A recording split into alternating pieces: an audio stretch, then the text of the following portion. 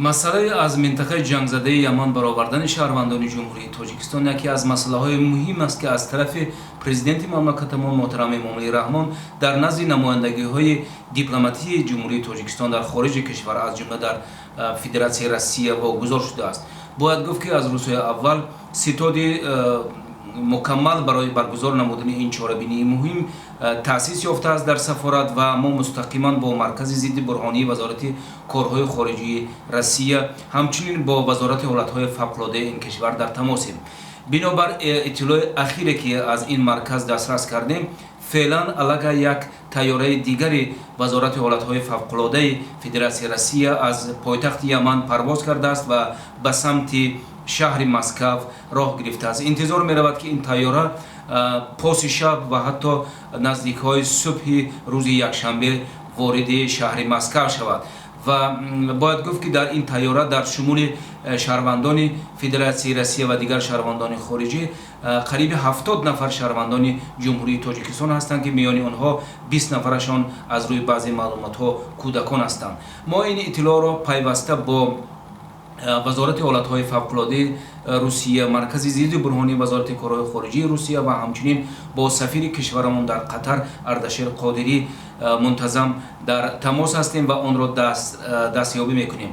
Гузашта аз ин бояд гуфт, ки тибқи муқаррароте, ки муайян шудааст, аз он сабаб, ки ин тайёраҳо ба фурудгоҳи ҳавоии ҳарбии Федератсияи Россия дар воқеъ дар шаҳри Чикалов дар канори шаҳри Москав меоянд, муқаррарот ин аст, ки ҳамаи шаҳрвандони хориҷиро аз он ҷо тавассути автобусҳои махсус ҷудошудаи вазорати ҳолатҳои фавқулодда ба фурудгоҳҳое, ки онҳо ба сӯи кишвари худ ба зодгоҳашон парвоз мекунанд, аз ҷумла барои ҷумҳурии Тоҷикистон ин фурудгоҳи ҳавоии Дамадедова интиқол дода мешаванд. Бояд гуфт, ки феълан мо дар маркази зидди бурҳонӣ қарор дорем ва кормандони мо ва як намояндаи вазорати меҳнат ва муҳоҷирати Федератсияи Россия низ ҳамроҳи кормандони махсуси сафорати ҷумҳурии Тоҷикистон, ки аъзои ситоди ташкилшуда дар таҳти роҳбарии Ашраф Гулов ҳастанд, феълан дар фурудгоҳи ҳавоии Дамадедова қарор доранд ва мунтазири расидани ҳамватанон ҳастанд. Бояд гуфт, ки онҳо дар он ҷо аз ин ҳамватанон истиқбол мекунанд, ҳуҷҷатҳои онҳоро ҳуҷҷатгузорӣ мекунанд ва парвози минбаъдаи онҳоро бо хатсайри Москав душанбе интизор меравад, ки рӯзи якшанбе нимаи аввали рӯз тавассути ҳавопаймои Somon-Air бароҳ монанд. Бояд гуфт, ки дар асоси дастури роҳбари ситод ва ҳамчунин сафири Тоҷикистон дар кишвар Эмомиддин Сатторов ҳамаи ниҳодҳое, ки дар Федератсияи Россия ҳастанд, аз ҷумла намояндагиҳои муҳоҷират, намояндагиҳои ширкатҳои ҳавопаймои Тоҷикистон муаззаф шуданд, ки барои интиқоли ҳамватанони мо, ки аз Яман расиданд, ба Душанбе кӯмаки ҳаматарафҳои худро расонанд. Бояд гуфт, ки ҳастанд миёни ин шаҳрвандони ҷумҳурии Тоҷикистон онҳое, ки шаҳрвандии Русияро доранд ва мехоҳанд иқомати минбаъдаи худро дар қаламрави Федератсияи Русия дар шаҳри Москав идома диҳанд.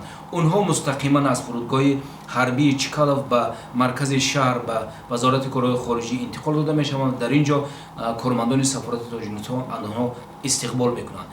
ҳамчунин бояд гуфт, ки дар байни онҳо ҳастанд онҳое, ки озими кишвари сеюм ҳастанд. Ахиран як хоними тоҷик бо номи Умеда Сафарова, ки фарзандаш Азизбек аст ва шавҳари яманӣ дорад, як шаб дар меҳмонхонаи ҷумҳурии Тоҷикистон боз истод ва бо хоҳиши роҳбарияти сафорати Тоҷикистон, меҳмонхонаи Тоҷикистон ӯро аз пардохти ҳаққи зист дар ин меҳмонхона озод кард ва интизор меравад, ки ин хонавода имрӯз шоми имрӯз ба шаҳри Истанбул, пойтахти Туркия парвоз кунанд ва онҳо мехоҳанд дар он ҷо кору зиндагӣ кунанд.